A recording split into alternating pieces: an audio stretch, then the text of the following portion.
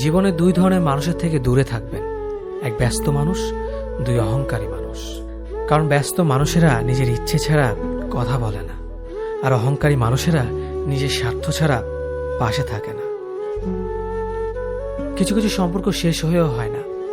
একজন হয়তো অনেক বদলে যায়, কিন্তু অন্যজন সে সম্পর্কের বোঝাটা বয়ে বেড়ায় সারা জীবন। যে তোমাকে ভালোবাসে তাকে কখনো ঘৃণা করবে না, যে তোমাকে বিশ্বাস করে তাকে কোনোদিনও ধোঁকা দিও না।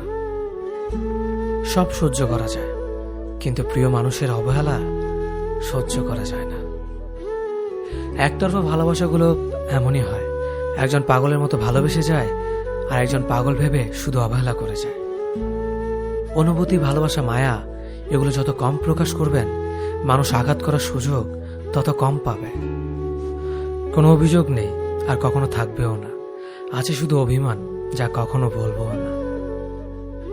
সময়ের সাথে যদি কোনো সম্পর্ক নষ্ট হয়ে যায়, তাহলে বুঝে নিও সে সম্পর্কে ভালোবাসা নয়, প্রয়োজন ছিল। সম্পর্ক কখনো তৃতীয় ব্যক্তির জন্য ভাঙে না। সম্পর্ক ভাঙে তার জন্য যে তৃতীয় ব্যক্তিকে প্রশ্রয় দিয়েছে। সত্যিকারের ভালোবাসার মানুষ তো সেই যে ঠান্ডা লাগা গলা আর কান্না ভেজা গলার পার্থক্যটা বোঝে। আঘাত ছাড়া জীবনে কখনো উন্নতি করা যায় না। জীবনে যত আঘাত পাবে, ততই কাছের মানুষগুলোকে চিনতে পারবে। কাউকে মারার জন্য বিষের প্রয়োজন হয় না, ছোট ছোট অবহেলাগুলোই যথেষ্ট। গুরুত্ব তাকেই দিও যে তোমার মূল্যটা বোঝে। ঠাট্টা ছলে যে তোমাকে মানুষের সামনে অপমান করে, তাকে বন্ধু মানিও না। প্রিয় মানুষের সাথে কথা না বলে থাকাটা সত্যিই খুব কষ্টের।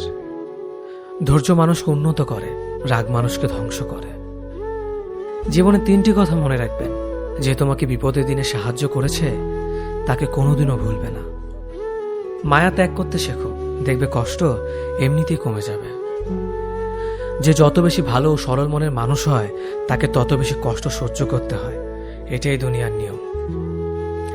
নিজেকে এমন ভাবে তৈরি করো যে তোমাকে ছেড়ে চলে গেছে সে যেন তোমার জীবনে ফিরে